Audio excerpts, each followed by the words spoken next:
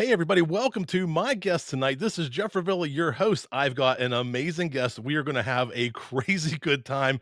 I can tell you that just based off of the pre interview here. Alan Katz is joining us tonight, one of the hardest persons I've ever had to research, and we're going to find out all about that. Let's hear the theme song.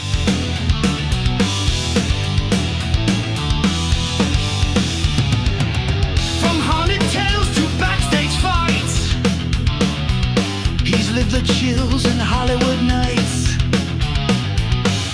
Alan Katz is telling all. On my guest tonight with Jeff Revilla, y'all. Lights, might, scream, it's time to go. Let the cryptic stories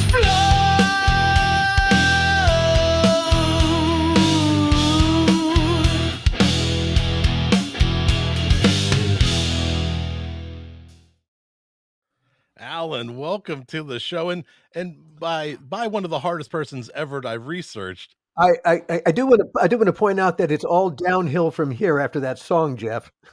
Well, that's great. That's the way I love the best shows are that way. They always roll downhill. And when we talk about research, you have a great credentials through Hollywood, Tales from the Crypt, Freddy's Nightmares, The Outer Limits. Those lists go, those are easy to find your information on, but finding the background information, the reason I said it was so hard is I came across 93 different Alan Katzes, and it's very hard. I had your birthplace as Chicago. You're actually from Baltimore, I found out. I grew up in Baltimore. I was actually born in Rome, New York. I still It can't gets get even it more right. complicated. My dad was in the Air Force at Griffith Air Force Base. He was a flight surgeon. Uh, I when I got to Los Angeles in 1985, and I went. I was always a theater person. I was always a theatrical kind of a creative kid growing up. And I was a drama major at Vassar. And after I got out of Vassar, I thought I was going to be an actor. I did one audition. I thought, what kind of an idiot does this for a living? I'm going to be a writer instead, an even bigger idiot. But I had a friend who'd become an agent at William Morris. And she said, "Hey, you should try writing a screenplay." Now, I was in New York at that point, and I wasn't going to act in the theater. I was going to write plays. I was a New York person, and Carol said, "You should try writing a screenplay." So I wrote one. She said, "That's pretty good," and it was getting some good response. She said, "You should come out to meet and greet people." So in June of 1985, I flew out for a week. Now, to me, LA was the stupidest place on the whole fucking planet. The land of the avocado head. And yeah, New York, but it was nice to be there. Actually, it was really nice because it was June. And June in New York is, well, it's like June in Pittsburgh. You know, it's hot and it's humid. In New York, it smells like piss. I don't know if it smells like piss in Pittsburgh. In LA, it's the desert. There's no humidity whatsoever. And gosh, people were so nice to me. They blew copious amounts of smoke up my ass. I highly recommend that. It's very appealing. One night, my agent took me to a movie premiere, St. Elmo's Fire. William Morris represented it, and so my view was entirely backstage. It was very, very seductive. And the next morning, I had no meetings, and someone's at the party, at the after party at St. Elmo's Fire, even more seductive, said, "You should take a drive through Topanga Canyon." And 40 years ago, it was a lot less built up than it is now. It's rather wild and beautiful and remote, yet within the city limits. And as I drove from the 101, the freeway, through the Santa Monica Mountains, they plunged toward the Pacific. And as I got to the PCH, where the water is, I'd been completely seduced.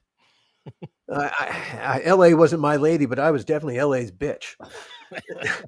And I screw New York. I moved out, and I got entirely seduced. Among the people I met that first week was a guy named Gil Adler, who became my best friend and my creative partner for a decade. And together, Gil and I did Tales from the Crypt, and we did a couple of crypt-based feature films. We did a very good. Well, when Gil and I went aboard Tales from the Crypt in the third season, we didn't create the show, but we went aboard. Well, we didn't create the show, but we saved it. And actually, I co-created the Crypt Keeper, though he existed before I got there. When HBO first did Tales from the Crypt back in the early 1990s, HBO was still basically movies, and they were just dipping their toe into creating original programming. They had a show called First and 10 and another called Dream On, which were basically just single camera shows with tits and the word fuck. But if you took those out, they were basically just regular single camera shows. Suddenly you had four mega Hollywood producers, Joel Silver, Richard Donner, Walter Hill, Bob Zemeckis, approached HBO and said, we want to put feature film vision inside your little teeny TV box. And HBO said, yeah, do whatever you want. And they, not knowing how to make a TV show, really, they just started writing scripts. How you develop a TV show, there's a process, and especially in the case where you want to take a franchise from a comic book and put it into a TV show. It doesn't happen by magic. It's work to take all the elements from the one medium, from the comic books, and make every frame of your TV show feel like you're reading the comic book. It takes work. Well, the executive producers, they never hired anyone to do that particular job. And the first season, the first 6 episodes, they got away with it. And then HBO ordered a second season, which was 18 episodes. And then it began to catch up with them, the fact that there was no development process. And so the franchise kind of began to get away from the writing since no one was maintaining the franchise. They also didn't run it like a TV show. Normally you get a deficit partner to help pay for what it costs to actually produce the show until you get to profits. They never got anyone at the executive producers. And so after the 18 episodes were made, the night before the wrap party, the executive producers were handed a financial statement from HBO, who had been cash flowing the whole thing. And they said, you're $1 million cash in the hole, pay us back right now, or the third season, forget about it. Now, the executive producers were going to make a lot of money that third season, and they figured they'd take that $1 million right out of the budget. Got nothing. So they said, okay, great. They got out their checkbooks. They fired everyone. They canceled the wrap party. They got out their checkbooks and they cut HBO a check. And they hired my partner, Gil Adler, because Gil is a great producer. He came out of the theater in New York, but he trained as an accountant. And he understood this basic principle. If you have $1 to spend making your movie, do not spend $1. You have not got it. Now, if you can make your movie for 99 cents, 98 cents, don't make it look like $1. That's even better. Hey, if you could make it, do it for 98 or 97 cents, make it look like $1.01 or $1.02. Wow, now you're onto something. So Gil's solution to creative problems, because the entire creative process is problem solving. Rather than throwing money at the problem, you throw more creativity at the problem. And that was exactly how I felt. So we worked quite well together. When Gil went aboard as the producer, HBO had hired Gil. He had done a show called The Hitchhiker for them. They had a very problematic show called Vietnam War Stories that was way over budget and way over schedule. And they dropped Gil in. He was shooting in Savannah. And he took it over and they brought it in on schedule and on budget, and it won a bunch of awards. And now they had a similar situation, HBO, with these Hollywood producers with no idea how to make a TV show, and they wanted Gil to take over as producer. And since we needed a story editor, we needed someone to have control of the scripts, Gil said, well, I want Alan to do it. And since no one had been doing that job and HBO didn't care, and the partner said, okay. And so even though to be honest. I did not have the bona fides to do that job. I, yeah, I began co-running Tales from the Crypt with my partner Gil. Now, I had two jobs on the show. My first job was to maintain the franchise, to make sure that every frame of our TV show was redolent of everything that we loved about the comic books. That was one of my jobs. And so every script had to go through me before it got to our department heads or to casting. Everything had to go through me. And so I was the last word. My other job was to write Crypt Keeper segments. Well, just as the executive producers had not developed the TV show in a normal way or a deficit partner, uh, they hadn't developed the Crypt Keeper either. Now, the Crypt Keeper in the comic books is an old white guy with stringy hair. The executive producers wanted their own Crypt Keeper, and Joel Silver, one of our executive producers, stumbled upon Kevin Yeager, more or less. And Kevin Yeager, he also created Chucky. He's a great special effects creative. He created the Crypt Keeper puppet. And then Kevin found John Kassir, who became the voice of the Crypt Keeper. But it never went through a development process, and no one ever asked the question, who is he, the Crypt Keeper? In the first season and the second season, whoever wrote the episodes threw a bunch of words at the Crypt Keeper, and that's whatever it was. Well, as I sat down to write Crypt Keeper segments, I bumped into the problem. How do you write for a character that doesn't exist? I don't know how to write for a cipher. And since you want it to be kind of funny, you can't do generic, you get generic. So just to do my damn job, I had to create a character. Now, I grew up loving old movies, and I loved the Marx Brothers, Groucho especially, and the Crypt Keeper became my own little Groucho.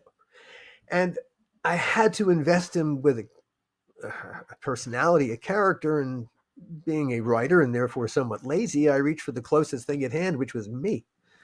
And so I filled the Crypt Keeper with me. He looked like Kevin's puppet. He sounded like John's voice, but every word out of his head, every word out of his mouth was me.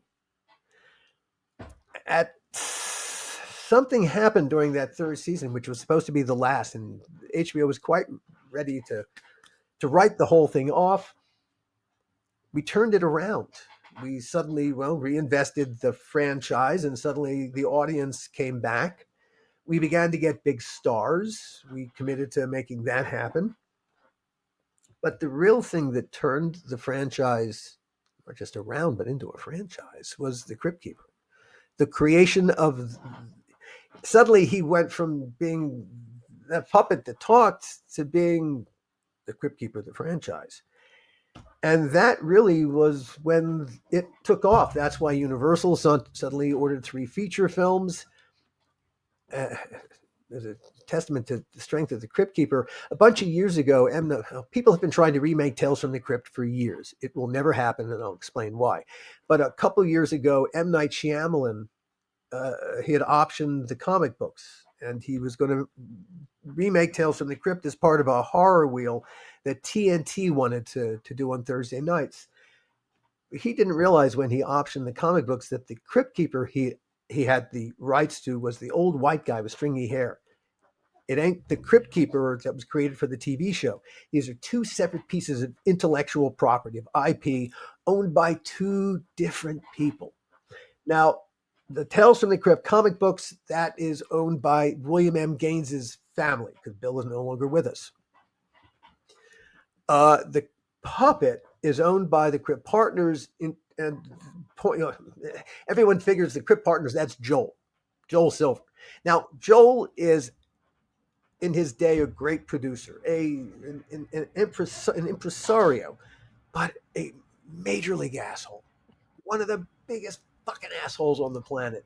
And most people come to a moment when it strikes them, life is too short to work with Joel Silver anymore or ever again. And most people get to that point. The other Crypt Partners got to that point. They didn't want to work with Joel anymore. And Bill Gaines's family hated Joel at the end, and they would never work with Joel ever again. And so, because of that, Tales from the Crypt and the Crypt Keeper are divorced forever. Where will the children go for Christmas? I don't know. I was like, Anyway, I really wanted to focus on. You said something so profound that is really important to the way I approach creating and generating something. You said it'll never be created again. You gave this backstory, hmm, but I wonder in what you created, putting yourself into the character. And I've seen something in your years there. Only a few producer notes came back to you from HBO, and was it I this got wild? Yeah, three notes over the course of 75, 72 episodes. and I'm wondering if back then in HBO in that time period, without having all this maybe control hovering over you, you were free to create without having to worry about hierarchy and executive structure, or was it just you just got away with it because HBO had no idea what was going on? Oh, no, no, no. HBO, their whole attitude was, you're the creators, go create. They were wonderful. I loved working for HBO. Everyone who did Tales from the Crypt, as we all look back at our careers, we would tell you that it was rarefied air simply because we were doing such an odd hybrid show with the most remarkable people, huge Hollywood stars, Kirk Douglas and Tom Hanks, coming to do our little TV show at a time when feature films and TV shows were different galaxies. Gosh, people did not go back and forth. Yeah, the occasional Tom Hanks or Robin Williams would go from TV to movies, but if you were going from movies to TV, that meant your career was over with, son. Uh, It's almost like you had this DIY environment in this studio system, which is that's what I think is so rare. well, And in the TV system now, because we had suddenly made Crypt Pop, Universal Pictures ordered. They wanted to do three Tales from the Crypt branded feature films, and that at first was great.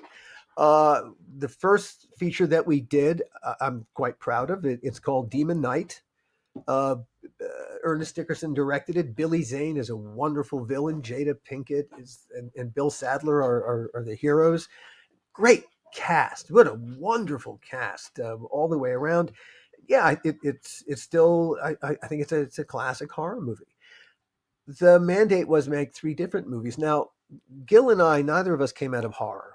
Both of us actually came out of comedy, and we really did not want the town to view us as one trick ponies. And so we saw the second Tales from the Crypt feature as a way to show what else we could do. And a lot of the rest of the creative team at Crypt felt the same way. We had while we were working on Demon Knight, we had begun developing a script that evolved into a project called Dead Easy, and it was a very different from the monster movie that is Demon Knight. This was a taut psychological thriller about a recovered memory that took place in the swamps outside New Orleans. And there was a great villain, this Harlequin character. Universal Pictures they bought in. We were spending money. We spent months and months in outside New Orleans looking for locations and prepping. We were casting. We had a young unknown actress named Salma Hayek to play the female lead, and we were on the way to making a movie. And three weeks before the start of principal photography in New Orleans, Universal Pictures said, "Stop spending money. Come home. You're not making that movie." And so we flew back to LA, and when we arrived, they put a script under our noses. They said, "You're going to make this movie instead. It's called Bordello of Blood." Oh, by the way, your release date hasn't changed. You still start in 3 weeks. Get to work rewriting this thing. You got to start making this. Now, where did Bordello of Blood come from? At the same time that we were doing our thing, a new studio called DreamWorks had come into existence. And DreamWorks was Steven Spielberg leaving his deal at Universal, not the lot, but his deal. And he began as a studio making talent deals with other talent. Universal was desperately afraid of losing another piece of talent. One of my executive producers, Bob Zemeckis. Spielberg was his mentor. And so Universal went to Bob. They said, "Bob, we love you, Universal. What can we do to make you stay?" And he I guess the deal was good enough because he stayed. I know one deal point. Universal Pictures agreed to pay Bob Zemeckis and Bob Gale, the future guys, $500,000 for the first student script they ever wrote when they were film school students at USC. A little thing called Bordello of Blood, just as a deal point to make Bob Zemeckis stay at Universal. But Universal suddenly thought to itself, we're just going to eat this $500,000? Wait a minute, Bob's about to produce this other horror movie, this dead easy thing. We spent $50,000 on that script. Screw that. We're taking out of their budget.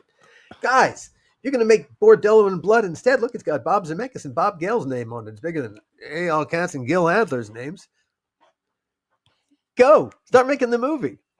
So we went from making a project that we were all committed to emotionally, creatively, to making a student film. And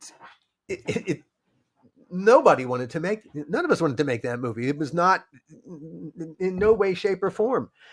Yeah, literally no one who made that movie wanted to make it. And when you get onto a project where you're making something you don't want to make, don't be surprised when every day is stupider than the day before it. And that's exactly what happened with the making of Bordello of Blood. It was my own personal Waterloo. I was the day-to-day physical producer of the movie, and I was getting paid to be there, but I didn't want to be there doing it, and that was the wrong attitude. We were making a movie. You do the best you possibly can. When your bosses don't seem to give a shit, and God, the casting of that movie was especially disastrous. The three leads, because Joel insisted on casting those three characters himself, and that was especially calamitous in multiple ways. I don't know. I can't tell you to this day why Joel wanted Dennis Miller to be the lead. I have no idea whatsoever. I couldn't. I know why he wanted Erica Leniak, but he was never going to get in her pants. That was never going to happen. She was in a long-term relationship, and she decided after she accepted the gig to act in Bordello of Blood that she didn't want to be that kind of actress in these kind of movies anymore after she took the gig. And then there was the villain of our people. Well, not the villain. She played the villain. Angie is not a villain, and that's the problem. Angie Everhart, why we cast Angie, and Angie is a wonderful, lovely human being, but we had no business casting her as the villain in the piece. And I'll explain this very quickly. But the reason that we cast Angie is because at the time that we were making Bordello in Vancouver, which was stupid, Joel, our executive producer, was making another movie called Assassins in Seattle, starring Antonio Banderas and Sly Stallone, who at the time was engaged to Angie Everhart. And one day on the set, Sly walks up to Joel and says, "Hey, Joel, here we make a movie in Vancouver. I want to put my girlfriend Angie in the movie. Then we can visit each other across the border." And Joel, instead of being a great executive producer and saying, "That's a great idea, Sly, but let me check with the guys, make sure it works for them," he said, "That's a great idea, Sly," period. And so he committed us. He committed us to hiring his actor's girlfriend to be the villain in our movie. Now, here's the thing. In my career, I cast lots and lots and lots of actors. I never, ever cast any of them wanting them to act. The last thing I want an actor to do is act, because it'll end up on the cutting room floor. In a theater where the people in the last row have to see you, yeah, you got to act. You got to act. But the camera's right in your face. And it sees everything, especially you acting. For film and TV, for a camera, you have to be as honest and real as you possibly can, as naked, as emotionally naked. That's what a great actor is. We give them different words, we put words in their mouth, we give them a character a name, but at certain points they need to be able to access these emotions, and they have to be real. They cannot act them. If you act them, it'll suck. They have to be. Well, in the first Tales from the Crypt movie, Demon Knight, Billy Zane's a great villain because, not because Billy's a villain, but because Billy's an egomaniac, like a lot of great actors. And that comes across as wonderful as villainy, but there are also some dark corners to Billy, some very dark corners, and that's why, yeah, he's a great villain. He doesn't have to act it; he can be it. Well, Angie is a lovely person. There's nothing villainous at all in or about Angie. And so when you hire an Angie Everhart to be the villain in your movie, she can't be it because she's not it. She has to act it. And that ruins everything. Not her fault. Miscast. But we did it for the stupidest of all possible reasons. Now, it turned out that Stallone had an ulterior motive.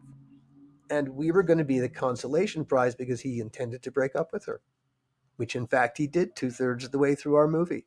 And we were the consolation prize that, hey, but I got your movie, didn't I? All right. She could Making channel some of that to be the villain. well, she could have in the end 2/3 of the way through, but by then she was. We'd have to get her past the weepies just to Yeah. do her damn lines. Well, all right. Telling the Bordello of Blood. Bordello of Blood was a catastrophe. They didn't release us at the next Halloween like they were supposed to. They held us till the following August. By the time the movie came out, it was so catastrophic that Gil and I were no longer best friends or creative partners or even speaking to each other. We did not talk for 25 years.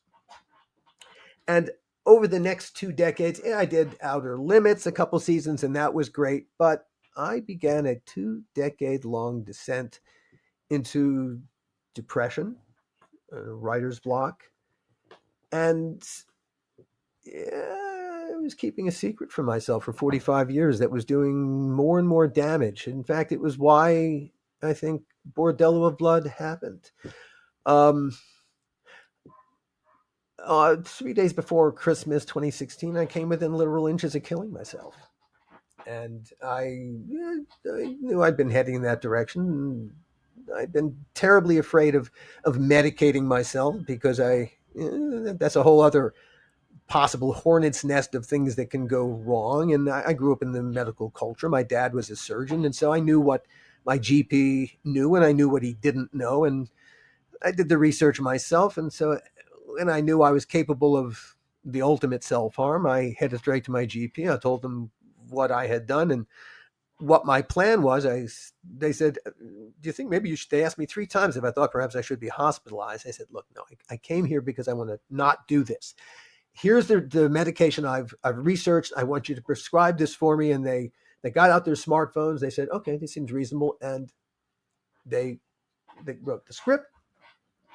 I picked it up, went home, told my family what I was going to do. And I took that first dose, and then that's when I got really lucky. Within 36 hours, I leveled.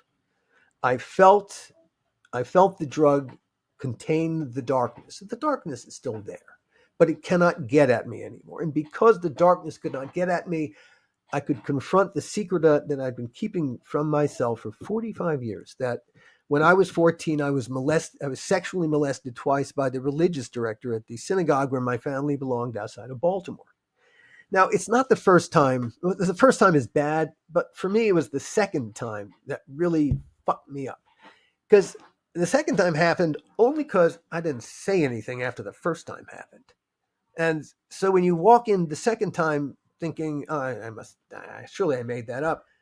And then you realize what you've just walked into because you didn't say anything. Well, every terrible thing that happens to you thereafter, your fault. It's not rational, but that is what you do. That's what I did. And as you become an adult and terrible things happen, when you're an adult, catastrophically terrible things can happen.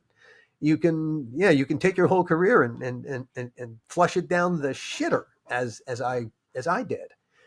But I spent a lot of those 2 decades telling stories about the making of Bordello of Blood. It was kind of my own little catharsis.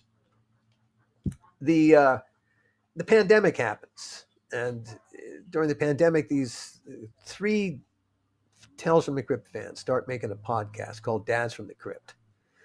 And one of the dads, they review episodes of Tales from the Crypt and give parenting advice. Jason Stein, one of the dads, contacted me. He said, "Hey, we're going to be reviewing one of the episodes you wrote. You want to sit in with us?" I said, "Yeah, great." And I sat in, and it was such fun. A couple of weeks later, Jason reached out again. He said, "Hey, we're going to be reviewing Bordello of Blood. You want to sit in again?" And I said, "Jason, the story of the making of Bordello of Blood is not a half-hour conversation with you. It's a whole podcast unto itself." And this is where my podcasting career started. And I know you wanted to talk about this, so this is kind of where it happened. I suddenly realized I wanted to tell the whole story of the making of Bordello of Blood as a podcast, and that was the first season of the How Not to Make a Movie podcast, which Entertainment Weekly, I will point out, called the best film podcast of 2022.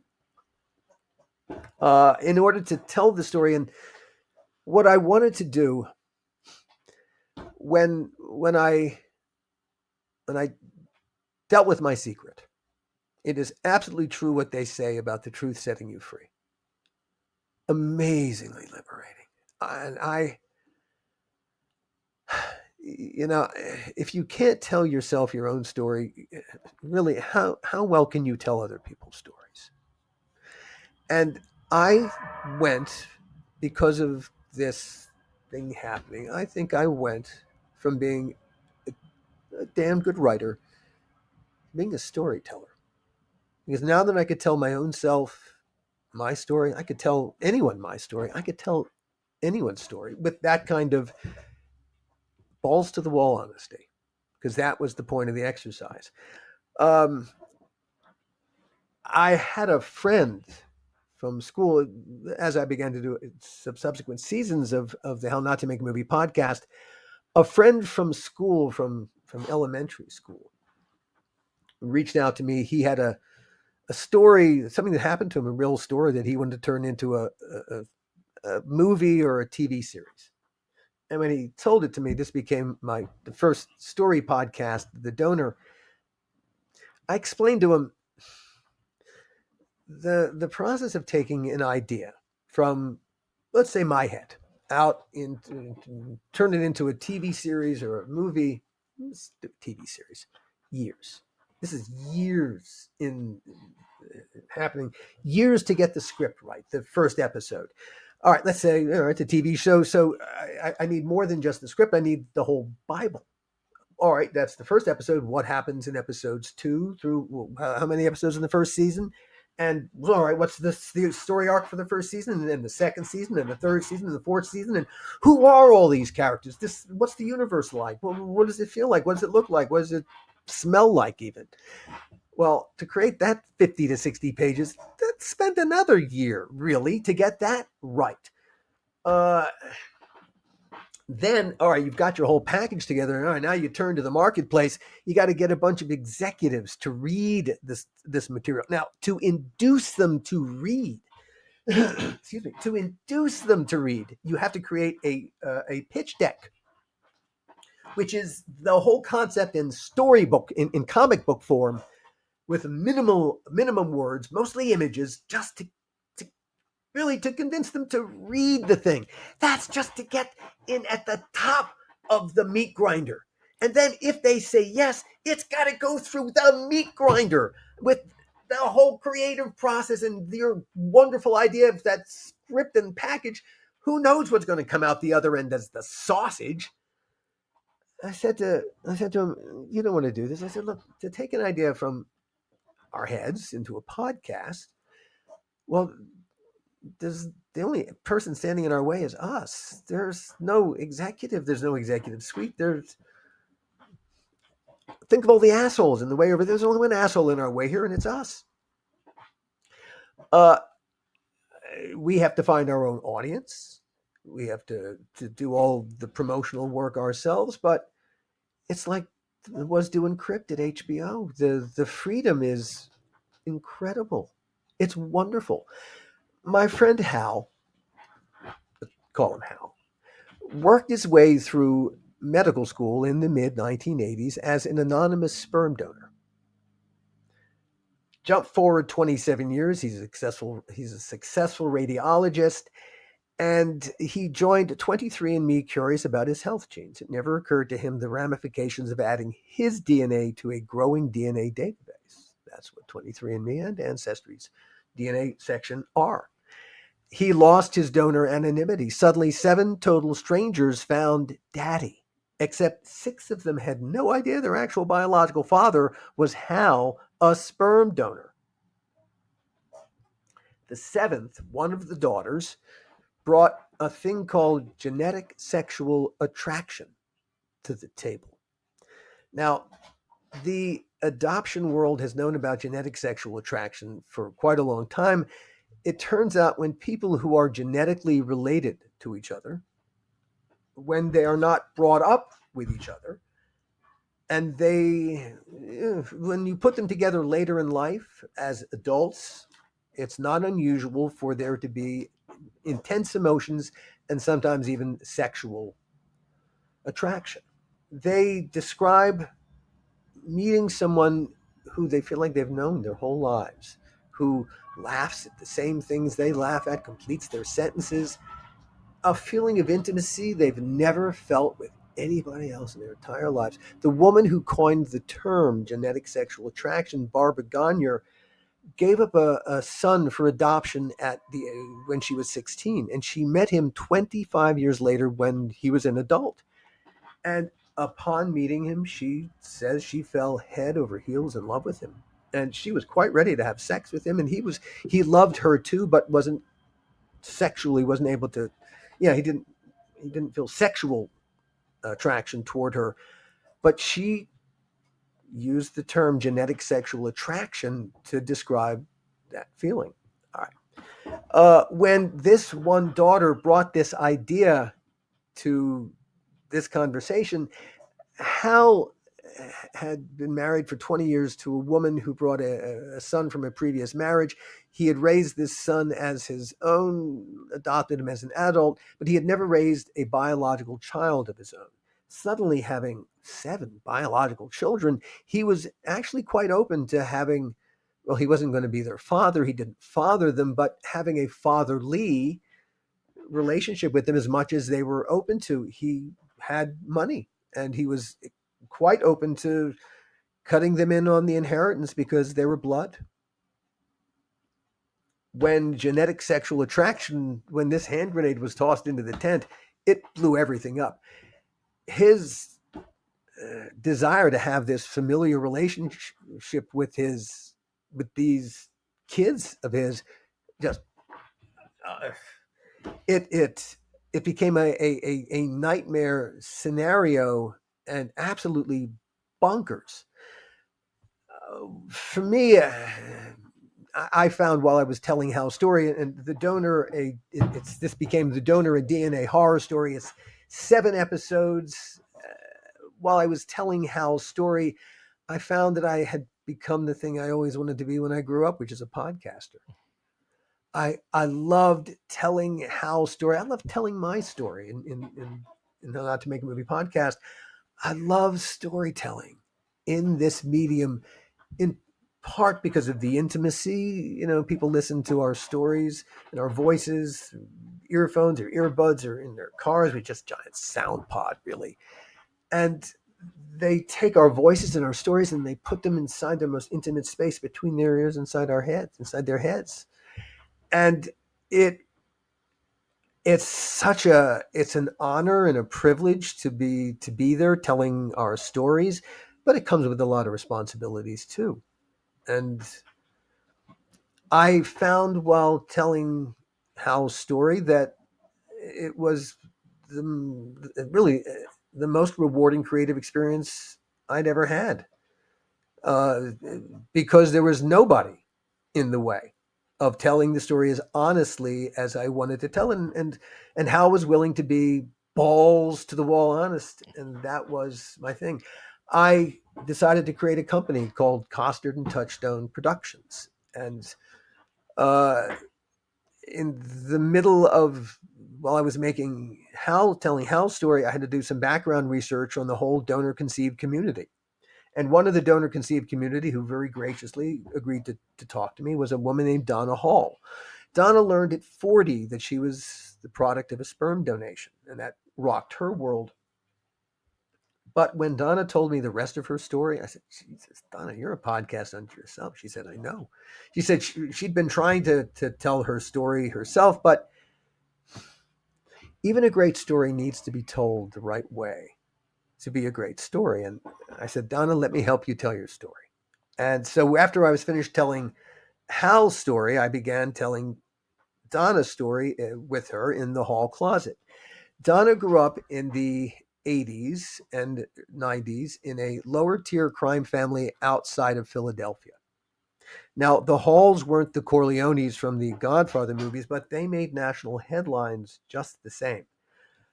Phyllis Hall, Donna's mom, maybe the worst mom ever, spent 6 months in prison for child endangerment. Donna's stepfather, John Hall, a true criminal mastermind, was the Philadelphia Police Department's favorite snitch. He put more than 25 people behind bars on bullshit confessions that John Hall created himself to mitigate his own considerable legal peril. Among the people that John Hall put into prison was his own stepson, Herb, who spent 18 months awaiting trial for a murder he did not commit. John Hall also put a man named Walter Ogrod on death row for 24 years, for a murder that Walter did not commit. When Walter finally got free, Pennsylvania paid him $9 million for their mistake. There are still a few people in prison because of John Hall. There's a guy named David Dixon serving a life sentence in Pennsylvania because of a John Hall confession. Nobody should be sitting in prison because of anything John Hall got them to confess. Donna Hall describes what it was like growing up in a family where one or more of the adults every single day of her life did something criminal. What makes Donna, I'm biased, Donna's a great storyteller. She's not an ounce of pity in her. She's funny, she's brash, and I think what really makes it pop is that her story isn't just true crime like you've never heard it before. It's a story about it's her journey toward safety and, most importantly, empowerment. And the Hall Closet is 8 episodes, and you have never heard a story like that before. It really is true crime like you've never heard it. Among the people that we talked to was Herb Hack, her brother, who spent 18 months in prison. As a storyteller, holy cow, suddenly to have access to stories I couldn't possibly make up. Could not possibly. They're better than anything that I could make up. And to get to tell them in a medium where it's radio, so it's theater of the mind. And what I like to do in my story podcasts is I like to bring the world that we're talking about to life as much as possible with sound, and we use music a lot. There's a lot of music. Music is great to keep track of the emotional underpinnings of what we're talking about, and it's also helpful sometimes to keep the rhythm going. And I bring everything I know about movie making and TV making into podcast creation. And so really I want to bring a cinematic experience to every single one of these podcasts. And suddenly, I've got 4 out in the marketplace. I've got, of course, How Not to Make a Movie podcast, like I said, the donor, the Hall Closet. I have another one that's about to relaunch called Sage Wellness Within, which is about Chinese medicine. But in the months ahead, over the course of this summer, I've got 4 new podcasts that are going to drop, which are all that I'm working with 4 different journalists. And that's incredibly exciting. After the last election, a lot of journalists, American journalism was dying anyway. The last election pretty much finished the job. And A lot of journalists don't know what to do. Where do you go to tell your truth? Because the legacy media has sold out completely to the powers that be. It will do whatever you tell it to do for the most part. There are a lot of journalists who don't want to do that. They got a thing for their integrity. They want to maintain it. Podcasting is the perfect space for them to continue doing what they do. So I'm working with 4 different journalists on 4 different journalistic podcasts. Those will begin dropping in the summer. One is called A Secret War. It's about the secret war in Laos. The most bombed country in the history of the world is Laos. Laos. The United States bombed Laos every day for 9 years during the Vietnamese War. We did it in secret, and we destroyed a jewel. And this journalist, Manila Chan, she's Lao American. She's wanted to tell this story for her whole 25-year journalistic career. She's wanted to tell this story and could not get any traction. No one was interested in telling it. Well, the podcasting world, you can do it. You can tell it. And so the one thing that Manila has had to make, and she's made it fantastically. She was a mainstream journalist. It's just the facts. In podcasting, who you are is so important. And I said to Manila, you, Manila, have to tell this story, not a neutral journalist. You will use every last bit of, you will keep your journalistic integrity intact. It's got nothing to do with that. This is advocacy journalism. But you're advocating for the truth about something that the world needs to know about. And this is a personal story. You need to make it personal. And she rose to that challenge fantastically, because this is a very personal medium. So I've got literally a dozen podcasts will be out in the world before the end of this calendar year. I love this medium. I love storytelling in it. And we're just beginning to generate a little advertising income. My company's battle plan. First of all, we're on a mission to make the world a better place through storytelling and podcasting. And that's our medium. The one thing when we connected and we're going to have this conversation, and the one thing as I started to research and started to learn more about what you've been creating recently and what you have in the pipeline, and when I started to research back to Tales, there was this through line that I can only see through my eyes, right? You can only perceive the world through what you know, through what you've experienced, and so obviously, here's me looking at your storyline as a guy who I grew up in the '80s. I was skateboarding, I was into punk rock, and this independence, and I've been drawn in my adult life. I played countercultural sports like disc golf, and I've been podcasting for about 10 years now, and that mentality it's very liberating.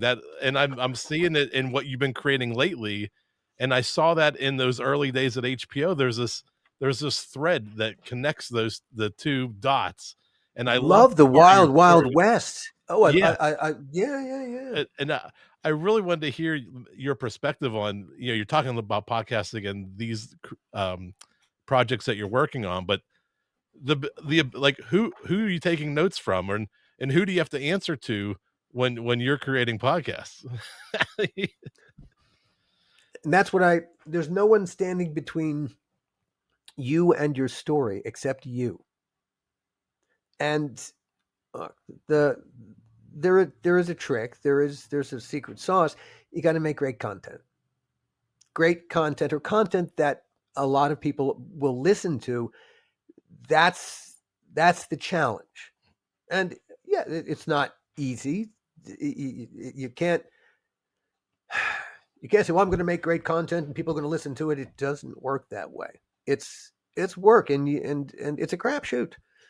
But if you make great content and you persist, and perseverance is a very important thing. Being in the right place at the right time means you were in the right place at the wrong time up until that moment.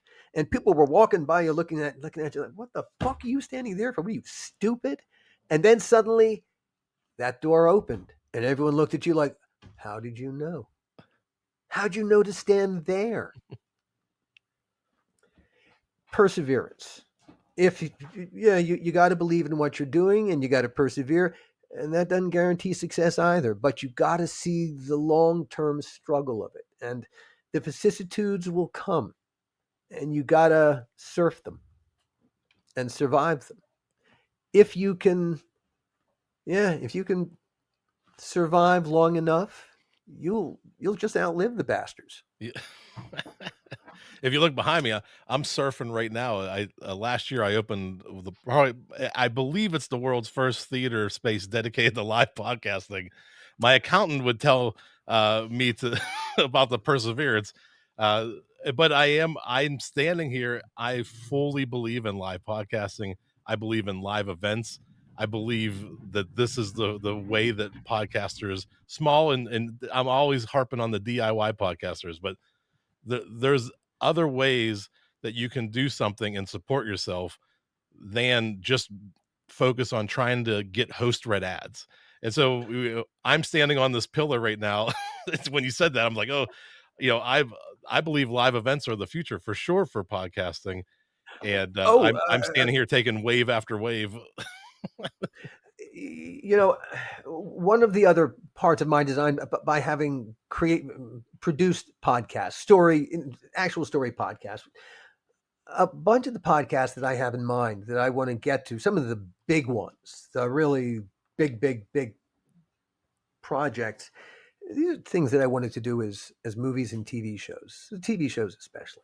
Now, as I said, the process to get those made is ludicrous, but what you're trying to do to get in the door at the top of the meat grinder, the whole point of the exercise is to impress upon them your IP, your intellectual property. You're trying to get these apes to comprehend, to get the idea from my IP is this, from your head into their head. So they can turn around to their bosses and go, all right, it's this.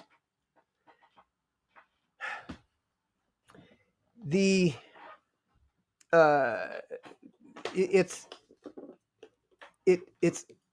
ultimately about the value of that IP.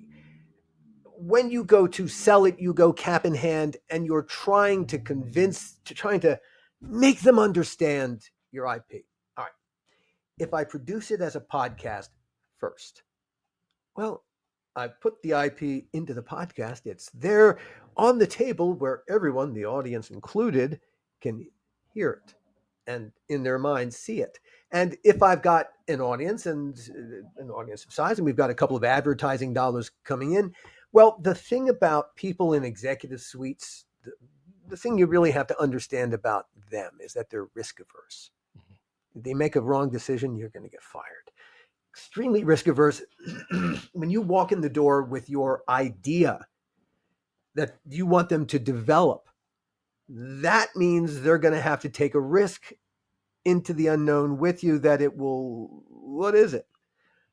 But if you put the IP there in a podcast, there's no risk. Everybody knows what the IP is. Everyone can see it. Hey, look how big the audience was. Look at the advertisers that it had. And instead of me having to go sell it cap in hand, they're going to come and they're going to want to buy it. And they're going to come to me. They're going to say, hey, that podcast, that'd make a great TV series. And I'm going to say, yeah, you're right. Yeah, you're right. It would.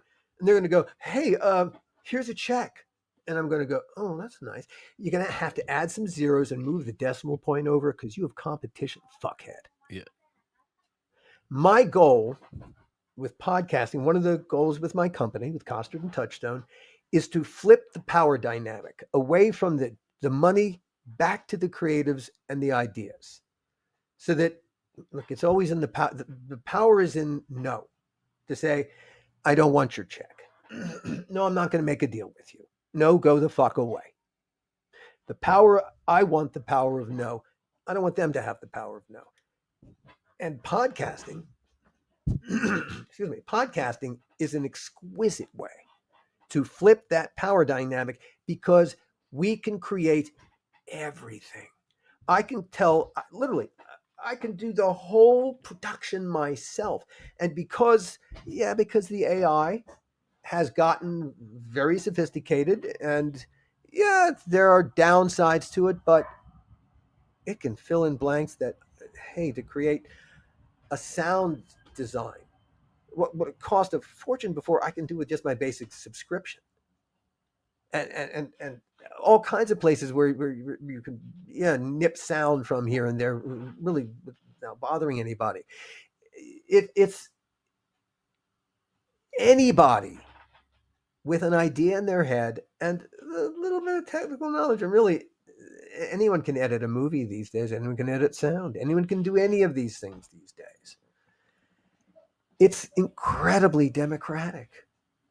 It's really just a matter of how you tell your stories and how you get them out into the world. Yeah, you used to And see, based on the book by, and I never even thought about it, but based on the podcast, by Alan Katz, there when are you see that there credit in are the movie. Yeah. they're buying podcasts now. Hey, Rachel Maddow sold her podcast for Ultra, made quite a lot of money. It was a podcast first. To make the podcast cost, relatively speaking, nothing compared to what it cost to make a TV show. Yeah. It really and truly. Now, it doesn't cost nothing because it costs our time. And if we were paying people to do all the various jobs we do it as solo independent podcasters, yeah, it'd be great to have an assistant editor, an assistant. Yeah, it'd be great to have a couple of people, especially doing a dozen podcasts. Yeah, it would be great to have staff. I'm kind of counting on it at some point, because otherwise this is going to be fatal. Yeah. But the fact that I could even create a body of work as quickly as I've created a body of work, could not possibly do this in any other medium, not even remotely possible. But one can do it here. And look, with my company, I'm not after one project. I'm after a business. It's a numbers game, and I it wouldn't break my heart if a year from now, when I've got all these different podcasts out, if someone approached me and said, "Wow, your company does so much.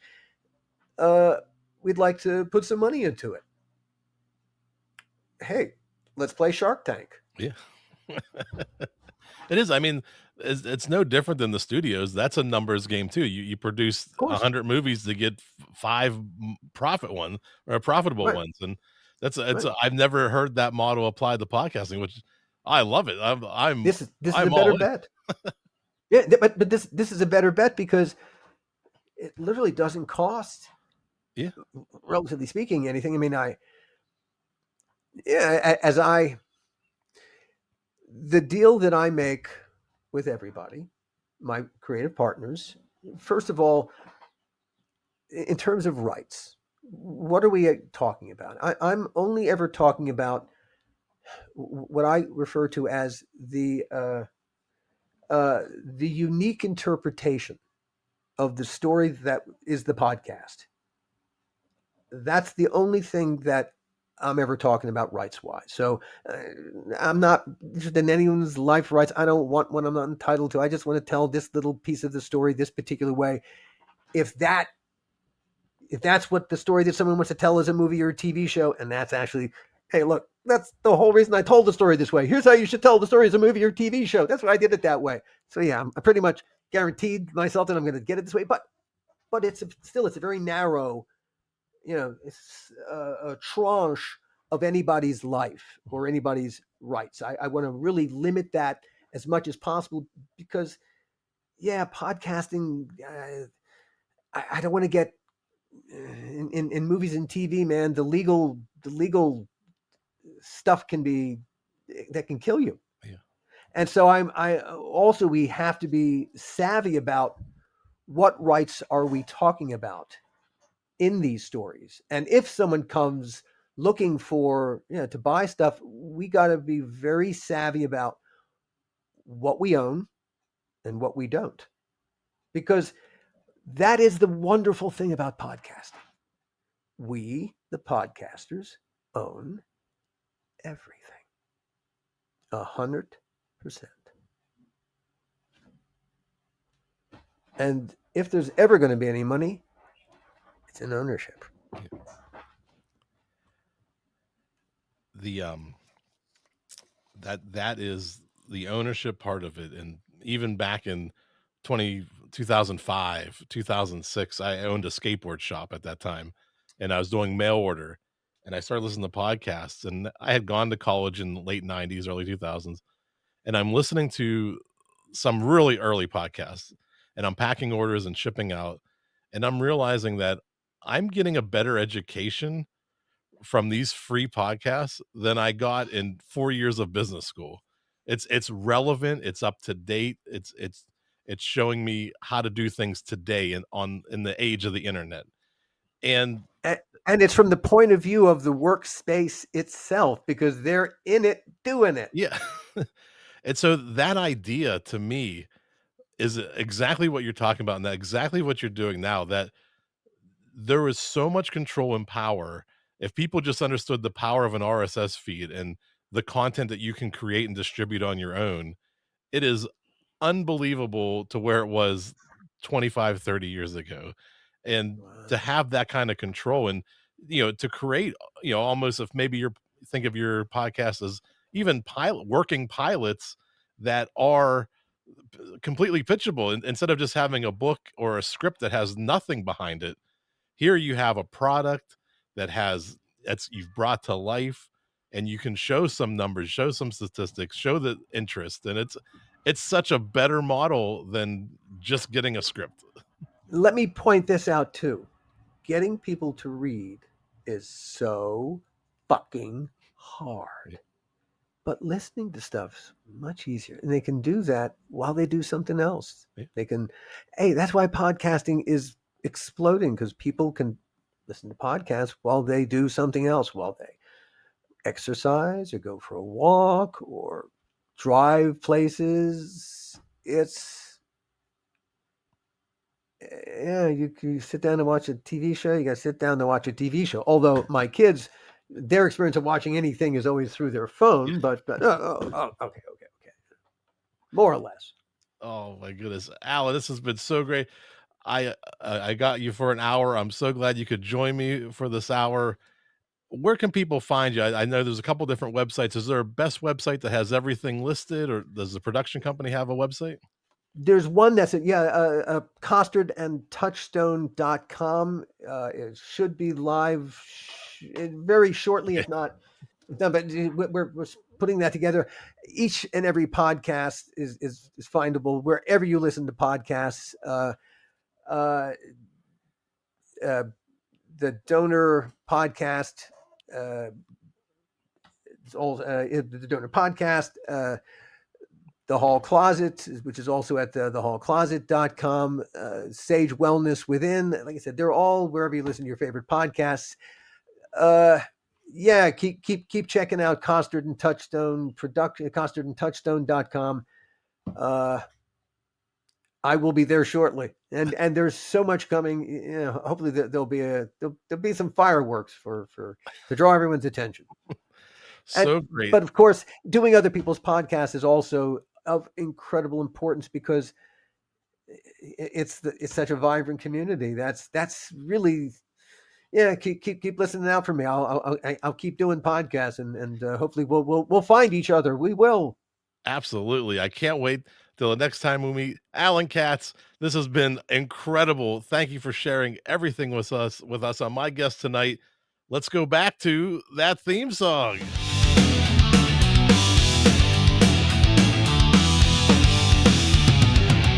From haunted tales to backstage fights, he's lived the chills in Hollywood nights. Alan Katz is telling all on My Guest Tonight with Jeff Revilla, y'all.